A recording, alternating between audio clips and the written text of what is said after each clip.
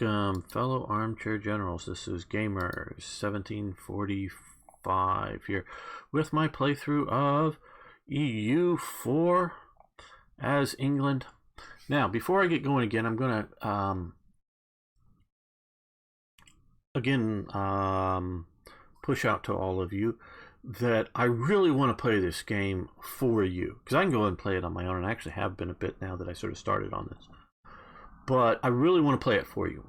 But viewership of the stuff, and I could go into some of the details, but has not been good. Now, since I first started the channel, why don't you play EU? Why don't you play EU? Why don't you play EU? Why don't you play EU? Now, there's a bunch of reasons why I didn't.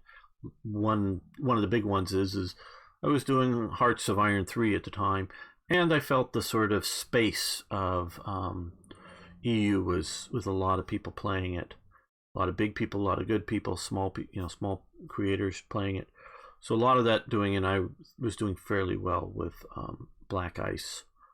And so I didn't. But now is the time that if you want to see this, I need you to help spread the word. Not just liking the videos and subscribing.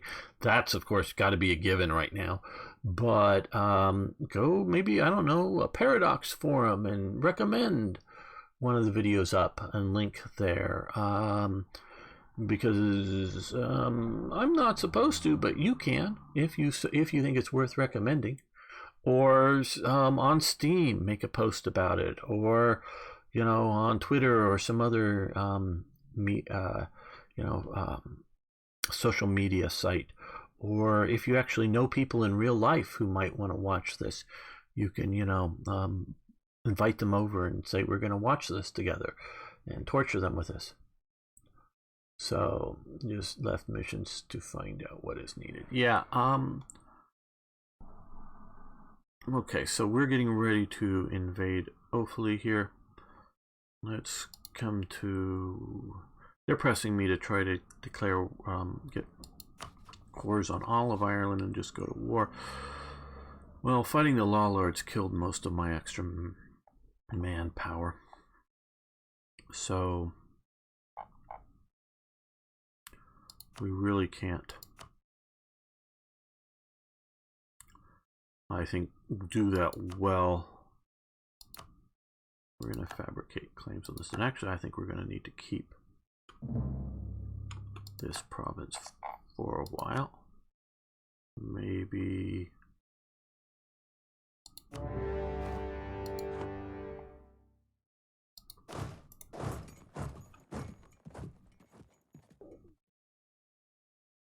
oh shit, we're at war. Before we go, let's maybe... Ecotypes in England have a real soft spot for badgers. For some reason, the farmers are worried that the badgers will bred bovine. Yeah, okay. To the cattle, just let's say that most roadkill badgers have a very high lead content. I get you there, IKB. Yeah, I'm all for animal management, and I mean that on basically every functional level, animal management. And so if you have an excess of a particular species that's causing a problem, well, then maybe you should just get rid of that. I think we're at war with these guys, so let's see about if we can come down here and land from the sea without too much of a hassle. Okay, that looks good. Are we at war with these guys? No. Okay.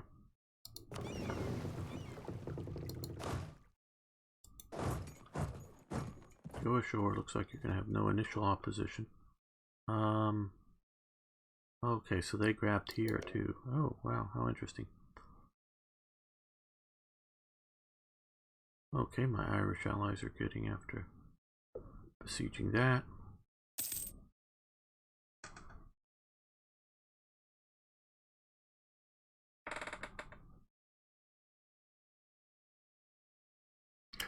Hello, Anorak Ace. Yeah. Yeah, for long about, yes. But when they start becoming offensive, then we have to do something about it.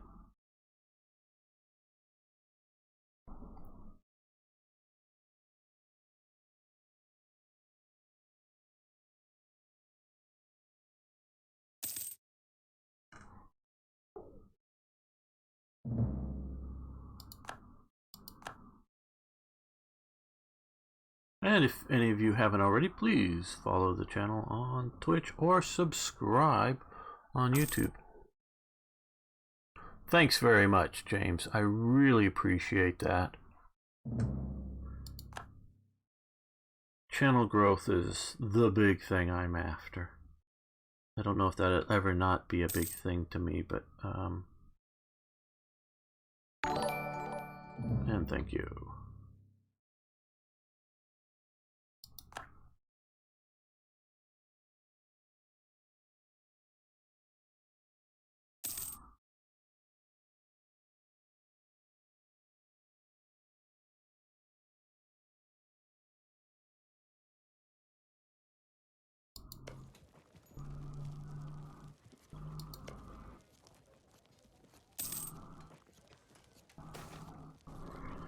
Okay, architectural development. Probably will do this. Okay, lose prestige. Our nation is currently undergoing substantial development in architecture, numerous monumental buildings, architectural wonders, and other constructions. Okay, well, we could use all those things. Diplomatic, military, and administrative power. So, yay! And we'll pay the money, we can do that. We're England, we're the nation of shopkeepers. Oh, looks like they decided to come after us. Okay, they got slaughtered.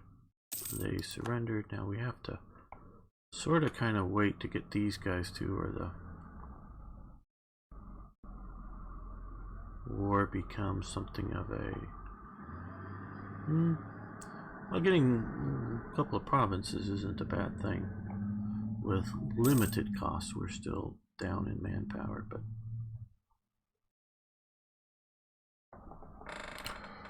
Badger culling in the United Kingdom. Okay, thank you for the link there, IKB. Well, I don't know if that's quite the reason why. Decline. God made booze, but... Oh, good. How do I put this? Well, longtime viewers will know I'm a culturalist. Individuals are individuals, but I look at large groups of people in terms of culture. I don't look at them in terms of race. And again, I'll say sometimes race and culture often correlate to each other, meaning, let's use an example of Japan. Most all true Japanese cultural people are also racially Japanese. We can talk about a few ethnic minorities there, but they're really all Japanese, and we're not. And the Japanese Americans are culturally very different than true Japanese, so they're not that. So I'm a culturalist, not a racist. And so I look at the Celtic cultures, and it's not because I'm one of them I can criticize them. No, well, I very much, as you probably get from my avatar type things, yes, I very much identify with some of my Celtic heritage. But the Celts were never, what one time briefly do we have a real sort of central pseudo leader of the Celtic world? Can anybody name him? Yes, a him. Not just a Celtic leader, but sort of a, not completely unifying, but big sort of unifying. What Celtic leader what one Celtic leader, and if you can come up with two, I will be shocked and amazed. But what one Celtic, big sort of pan-Celtic leader can anyone name? Probably you've heard of him, all of you who are watching. No, not Merlin. I'm talking about a real identifiable person in history, because I do believe the Arthur myths um, are based upon. No, oh well, okay, yes, the one that fought Julius Caesar. You've got that right. I'm going to call you Ace. I liked it better than Anorak. Um, okay, Ace. Yep, you got it. Vercingetorix, and yes, trying to spell him out. No, Bonnie Prince Charlie. No, he's Scottish. Brian Boru, he's sort of Irish. I'm talking because he basically unified much of Gaul in a anti um, Roman viewpoint, and that was only he was a very charismatic leader, I gather. He was only really able to do that is because of Roman pressure on them. The Celtic culture is not set up for organizing large organizations. It just isn't. And so the Irish or the now see the Scots are if you look and and they're actually setting up to one of these islands to make uh, Scots Gaelic to be the main language in the schools finally, but really modern day even Highlands is a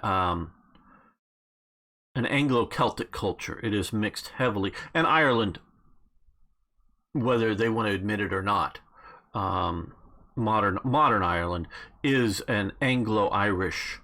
I'm not just talking about the Anglo-Irish there. I'm talking about the whole thing because they all speak English. They may also a bunch of them still speak, Irish Gaelic, but they all speak English. So they're a an Anglo-Irish or an Anglo-Celtic culture now. They have that stamp of Anglo-ism on them that they'll never shake, and I don't think they really want to. I mean, they don't want to be ruled by. I'm not saying they want to be ruled by London. I'm saying they're never going to, give up speaking English and just go back to the Irish, and their main foreign language will be French or something else. No, it's not set up for engineering in that sense too. The Germans weren't set up for engineering until they really encountered Rome, and now modern day Germans are over engineering. They're overcompensating for it. So this is a cultural. This has nothing to do with their skin color or their hair color or their eye color or their genetics, or whatever. And so even without alcohol or whiskey or whatever, the Celtic cultures and the Gaelic cultures, if you want to, Gaul, and because they made it down, Galatia, down here, and then the Gauls in Iberia. Yeah, they spread. They had a big cultural area that maybe not as big as the greatest extent of the Roman Empire, but it definitely included parts of what is sort of at least modern day Germany, definitely the Low Countries, through Austria, Hungary, this Serbia type area, northern Greece. It was very much Gaelic, Gallic, Celtic, whatever you want to call it. Cisalpine Gauls this side of the Alpine, Transalpine Gauls on the far side. So they were northern Italy. They were there, and they spread up and through all of the British Isles. So, and they spread into here, and so they were a huge cultural influence, but they were never an organizing power. So, I'm very much proponent of preserving, although in both preserving knowledge of the past culture, because one of the things is the Celts never had a written language. All their written languages, all their writings are sort of like, some of the early stuff is sort of a mix of mostly Latin, but maybe a bit of a Greek alphabet.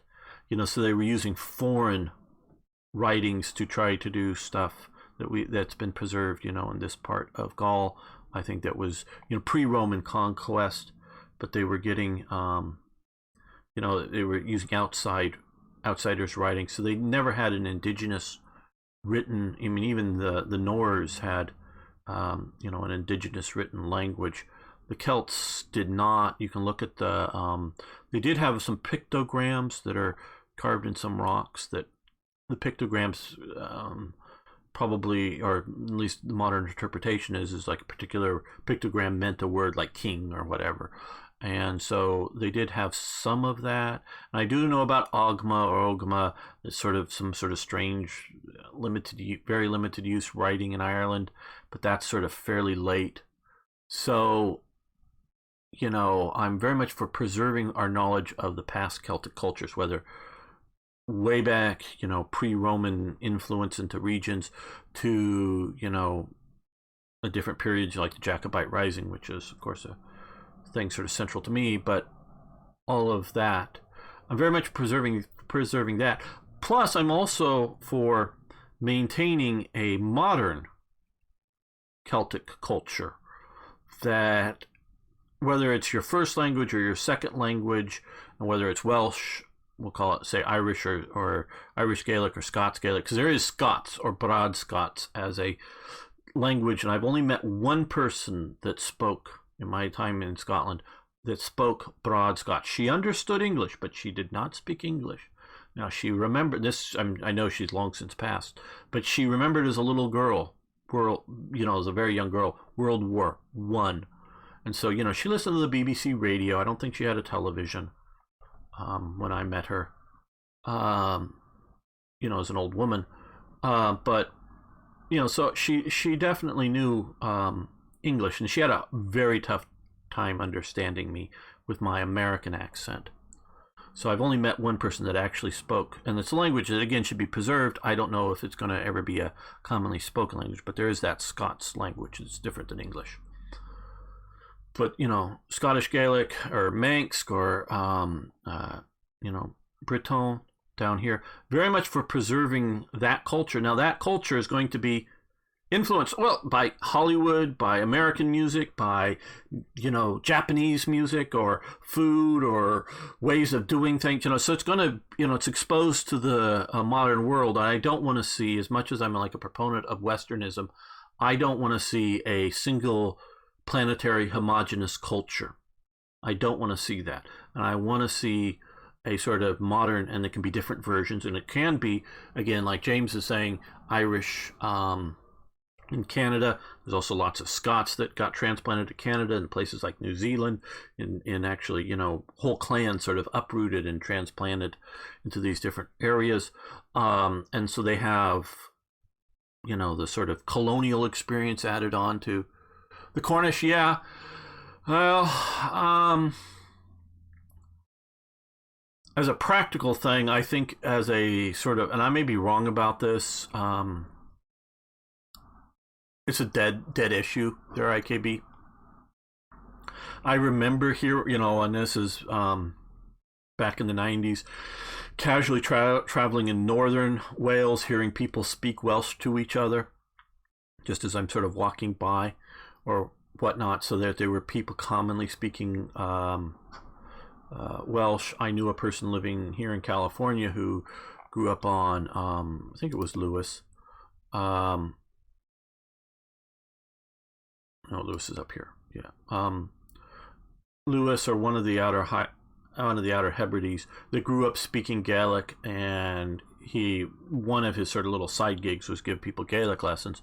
But yeah, he obviously spoke with a modern Highland English accent, when he spoke English, but he natively spoke Gaelic as well. So I've met other people that natively spoke Gaelic in Scotland. I've never been to Ireland, but I do know that there are natural native speakers there, and not like, I learned a little bit in books and I can say a phrase or two, but I mean actually natively speak it. And I do think there's a native speaking Britain. I don't know if Manx, if there's really a your grandmother spoke Gaelic. Very good. She was a Scots Irish, yes.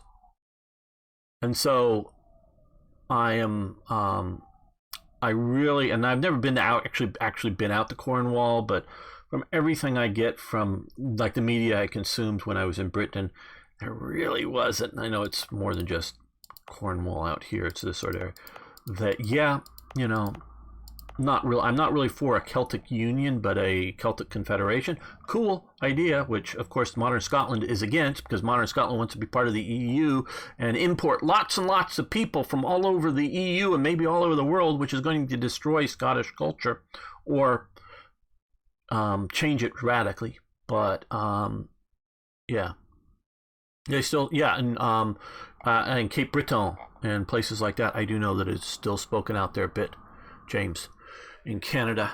And so there, I want to preserve, not freeze it in time, as you can tell. I mean, I want to like record, um, uh, you know, you know, you know,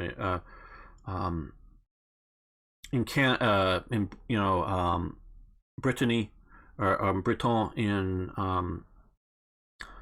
or Nova Scotian, if we will. I'm trying to think of the right terms for it.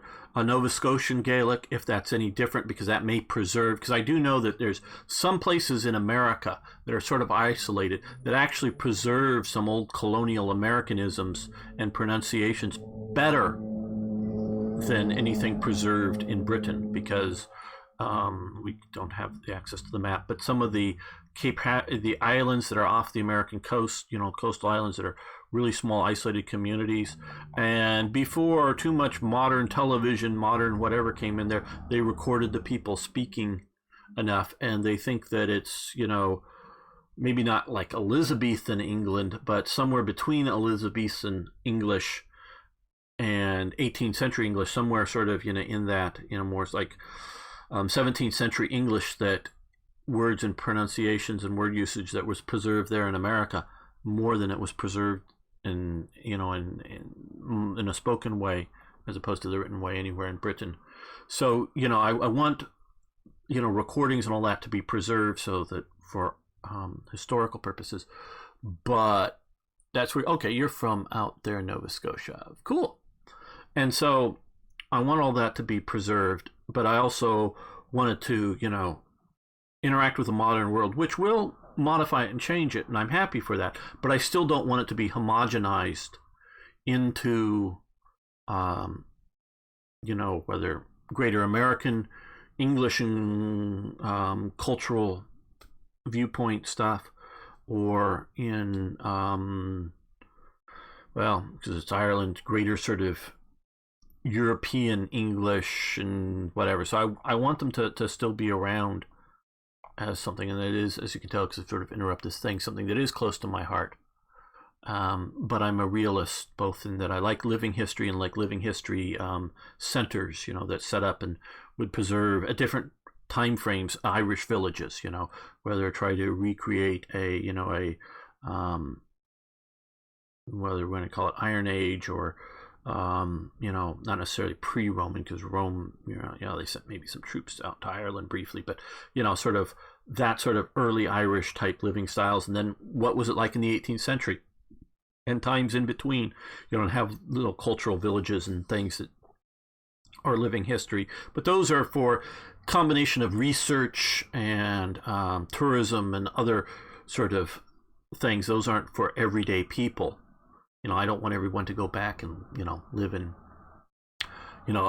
pre electricity days or anything like that as their normal,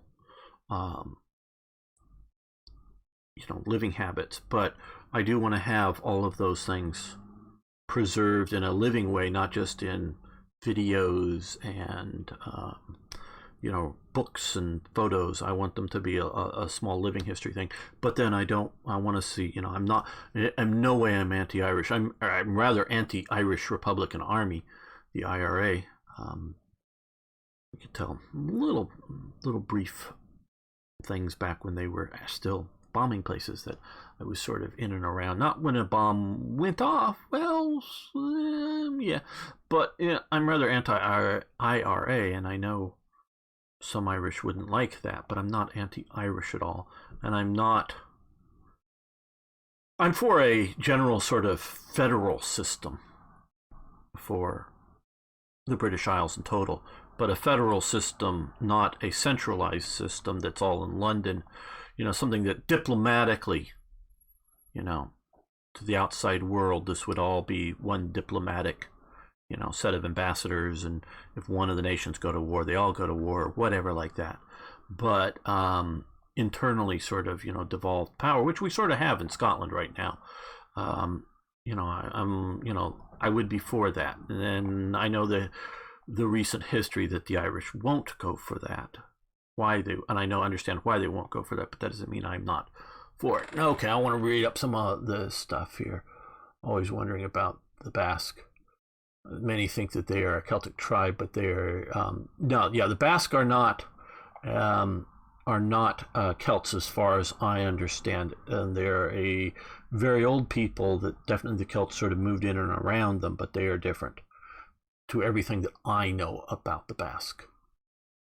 Most Irish cities were founded by Vikings. Well, many Irish cities were, yes. Let's see, reading. Okay, Scots is a broad, though distinct dialect of English. Well,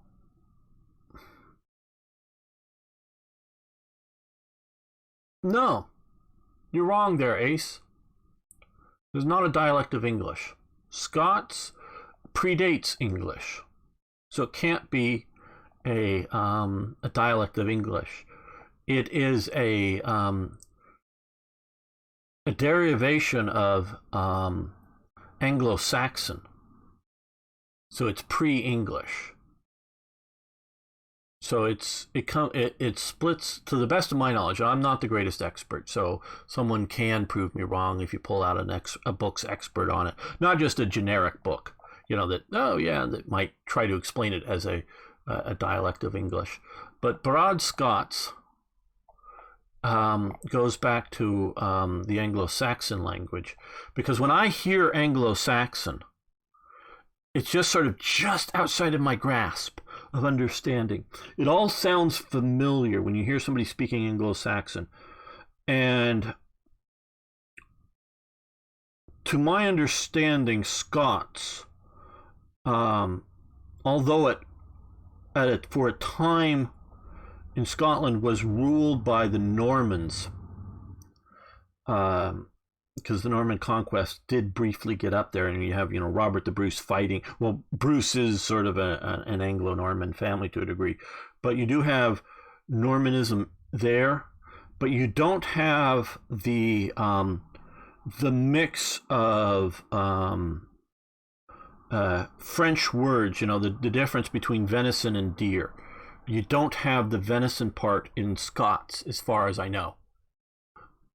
And so it's sort of the development of Anglo-Saxon that for a long time, parallels the development in England, but really splits off, where you have the infusion of French words and elements into English. This is again as far as I understand. So, yeah, no, and yeah, like I say, I met one old woman who was of the World War I child generation who actually spoke Scots as a native tongue, and that was in the border, sort of the border regions down here, but very rurally she lived. Mother Irish, father was born in England. My dad was an RAF. He couldn't go home for years due to his family members in the IRA. Yeah, I can imagine that. Well, I think the closest, one time I was in London on the Underground, and they stopped the train to an IRA action. They stopped the train and said, well, the next station, and it was a major train station, has been or is being evacuated because of an IRA bomb threat. And you have the choice of, you can get off here, or we're going to drive through the station, but we're not stopping to the next point on the Underground in London. So make up your mind. And I had to quickly pull out my map to try to figure out where I was going, because that was the station I was planning on getting off at. So that's as close, and I'm pretty sure there was a bomb planted, but it was during the period in which they were sort of planting the bombs, calling them in, just to have the bomb squad come in and remove the bombs, just as not actually trying to kill people, but just trying to cause you know upset in that. And that's as close as I was to an IRA bomb, obviously. So I was never in any danger or anything like that. I'm not trying to say that, but I was around in Britain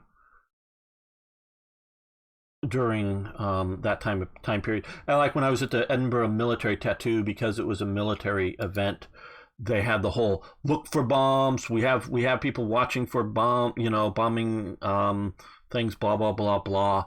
So that they were concerned about, because even though it's mainly a tourist thing, the IRA might bomb it. So now, like, there was no attempt to or anything at the tattoo that event that I was at. But I mean, so I was around in Britain at times when the IRA was still a real threat to people. And again, just inconvenience being traveling around is all. I've been by the IRA. I've known nobody who has been harmed by them just because of my associations. But it's just that kind of thing. So yeah, I am not a fan of the IRA. I'm not anti-Irish at all. Scots or Lowland Scots is the language of Robbie Burns. It's a dialect of English, honestly. If you speak English, you can understand Scots. Nope, I know the difference, trust me, between Gaelic. I had another friend in Scotland who, I don't think he really spoke any Gaelic, but he was a Highland Scots, and man, his accent was very different than Lowland Scots. And I could follow him pretty well when I was in person, but when I was talking to him on the phone, I had to have him repeat things a lot. No, we have the Irish over here trying to take one of my castles. But yeah, no, I'm talking about Old Broad Scots. And sure, it's influenced by a lot of English, but it splits off before and it's an Anglo-Saxon language, most assuredly, and so the two Anglo-Saxon languages that are developed into English and Scots, and it was going very much its own way until the Union of Crowns, and then of course the later Union, the actual Union. So now most people in Scotland speak English with a Scottish accent, and a few words like ken, Ken, for no, and other things, as no as in Know.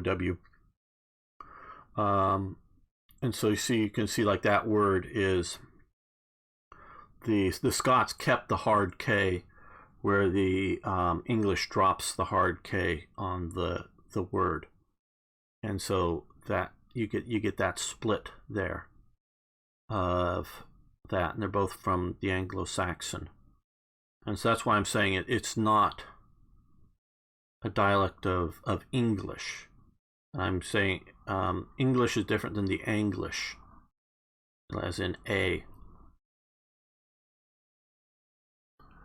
Okay, let's beat him up with a shillelagh.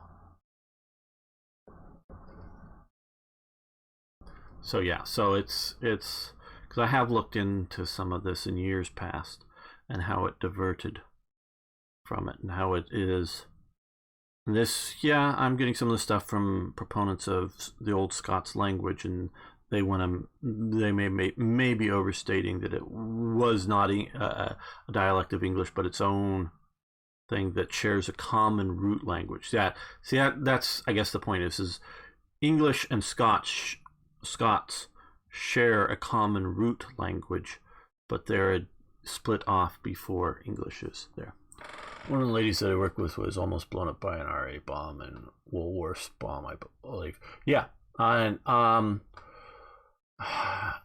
Yeah, I don't know that I can say that I really know anybody who was like almost blown up by anything that close. That I'm saying that I personally know or met, not that I've heard of, or I've lots of people that had I've heard of people that served in the British Army or whatever in Ireland, of course, and I've heard of people like that, but as in um,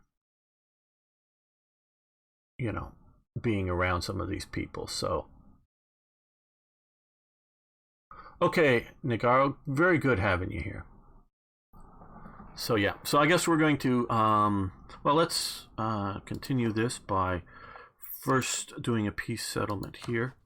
Let's sue for peace. Let's see if we can get a bunch of money from them, help fill up our coffers, and let's take Cork. There we go. And accepted our generous peace offer. And here, I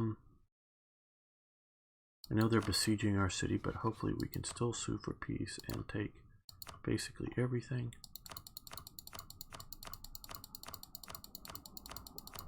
Get our hands on. Yeah. Okay.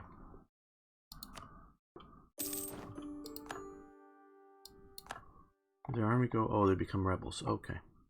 Now we're going to keep Kings County because we want to continue to get claims in other areas, but we're going to, let's manage our vassals. Tyrone, we're going to grant provinces. There we go. Sligo. And Cork. Let's see, can we give them Cork as well? I know, no, we can't. Okay. So we can't give them Cork. I want to keep this Kings County because I want to continue to sort of branch out and make other claims deeper in. So yeah, that's good. Now let's move you to here. But we're going to end, not the live stream, so everyone here just hang out. But we're going to end the YouTube video. So I want to thank everyone who's watching. Thanks for liking the videos. If you haven't already, please subscribe. And of course, I love hearing from you, whether you want to talk about our debate on the Scots language or tips on how to play this better. I'd love to hear from you. See you next time for more historical gaming.